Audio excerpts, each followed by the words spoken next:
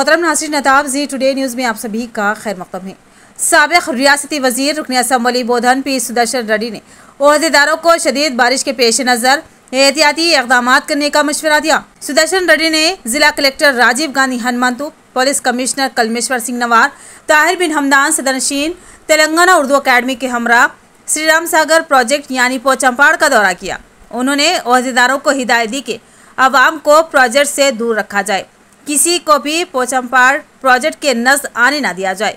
ओहदेदार मुनासिब इक़दाम करें। श्री राम सागर प्रोजेक्ट के 41 गेट खोल दिए गए हैं, जिससे 2.60 लाख क्यूसिक इजाफी पानी को श्री राम सागर प्रोजेक्ट के दरवाजे खोलते हुए छोड़ा जा रहा है। ओहदेदारों ने इस मौके पर बताया कि बारिश के बावजूद जिले में सूरत हाल मुकम्मल तौर पर काबू में है। ओहदेदारों ने आवाम से ख्वाहिश की है कि वो प्रोजेक्टों और तालाबों के करीब न आए, ताहम लोगों से कहा गया है कि वो पानी के ज़खायर और तालाबों के करीब न जाने के लिए एहतियात करें। इस मौके पर chairman Manara Mohan Reddy, chairman Anvesh Reddy, Armoor municipal chairperson Lavanya, साबिक़ MLC अर्किला नरसर रेड्डी, गड़गू गंगाधर, आरमूर आडियो राजा गौड़ के अलावा दीगर मौजूद।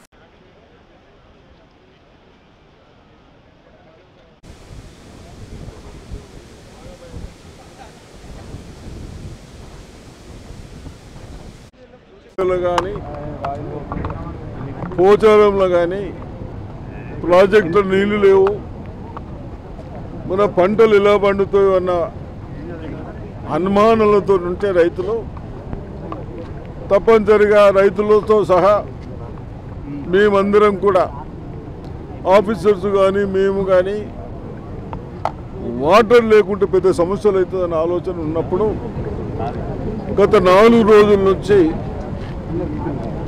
మన నిజామాబాద్ డిస్టిక్లో అన్ని ప్రాజెక్టులు కలకలలాడే విధంగా ఎక్కడ చూసినా వాటర్ కనబడతా ఉంది. సంతోషకరమైన విషయం. మేము నిన్ననే నిజాం సాగర్ విజిట్ చేసి నిజాం సాగర్లో కూడా కేవలం 4 TMs ఉంటే ఇప్పుడు 12 TMs పైన అయిపోయింది దాని లెవెల్.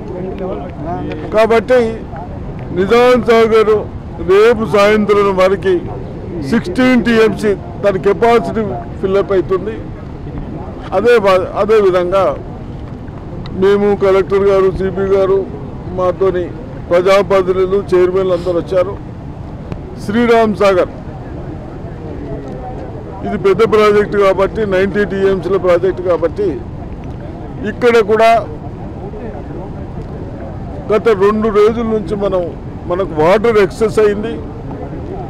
2 లక్షల TMCలు వదిలేస్తూ ఉన్నాం. అంటే మన కెపాసిటీ సరిపోయింది, ఎక్సెస్ అయిన వాటర్ని వదిలేస్తూ ఉన్నాం. కాబట్టి తప్పనిసరిగా వాటర్ గురించి ఏం సమస్యలు లేవు.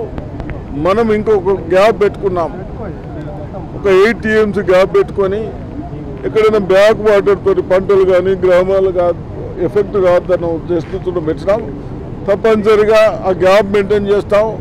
ఇప్పుడే చెప్తా ఉంది 4 లక్షలు వస్తున్నాయని. 4 లక్షలు వచ్చినా మనకి అందులో లేదు. మనం ఇక్కడ ఎంత వదిలినా 6-7 lakhs వదిలినా ఒక గ్రామానికి ఎఫెక్ట్ కాదు, ఒక వ్యవసాయానికి కూడా ఎఫెక్ట్ కాని విధంగా అప్పుడు ప్లాన్ ఉంది. కాబట్టి తప్పనిసరిగా ఇది ఫుల్ అయిపోయింది. అదేవిధంగా పవర్ మనకు అన్నిటికంటే మెయిన్ సమస్య, వర్షాలు వస్తే కోల్ వెళ్ళది, పవర్ ప్రాబ్లం వస్తుందని అనుమానాలు ఉంటుండే. దానికి అప్పుడు మన టెక్నాలజీ ఇంజనీర్స్ వాళ్ళు వాటర్తో హైడ్రో పవర్ జనరేషన్ చేసుకోవచ్చని ఇచ్చారు. ఇక్కడ 4 యూనిట్లు 36 megawatts వస్తూ ఉంది. దాన్ని కూడా ఇప్పుడు మనం ఎప్పుడన్నా మొత్తం మనం కినాలు వదిలిన దాంట్లో కేవలం 50%లో ఈ హైడ్రో వచ్చేస్తుంది. కాబట్టి ఈ సంవత్సరం అంతా నడిచే అవకాశం ఉంది. కాబట్టి దాన్ని ఒక టెక్నాలజీ ఉంది. ఒకవేళ మన కినాలు అవసరం లేకుంటే మళ్ళీ బ్యాక్ వాటర్ వదిలే అవకాశం ఉంది. కాబట్టి అదే కోలుకైతే కోట్ల రూపాయలు అవుతా ఉంది. ఆ పవర్ కూడా జనరేషన్ అవుతుంది. కాబట్టి ఇక్కడ శ్రీరామ్ సాగర్లో ప్రాజెక్టు ఫుల్ అయింది, పవర్ ప్లాంట్ నడుస్తూ ఉంది. ఎక్కడ కూడా ఒక విలేజ్లో డ్యామేజ్ కాలేదు, ఒక పంట డ్యామేజ్ కాదు. నేను అందరిని అభినందిస్తూ ఉన్నాను, అధికారులు, ఇంజనీర్లని, అందరినీ.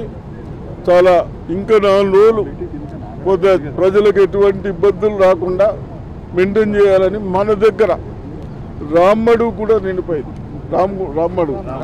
రామ్మడుగు, పోచారం అన్ని చిన్న చిన్న ప్రాజెక్టులు అన్నీ నిండిపోయినాయి, చెరువులన్నీ నిండినాయి. కాబట్టి తప్పనిసరిగా అధికారులు ఎక్కడ కూడా ఏం లేకుండా చేసినందుకు వాళ్ళని అభినందిస్తూ ఉంటాం.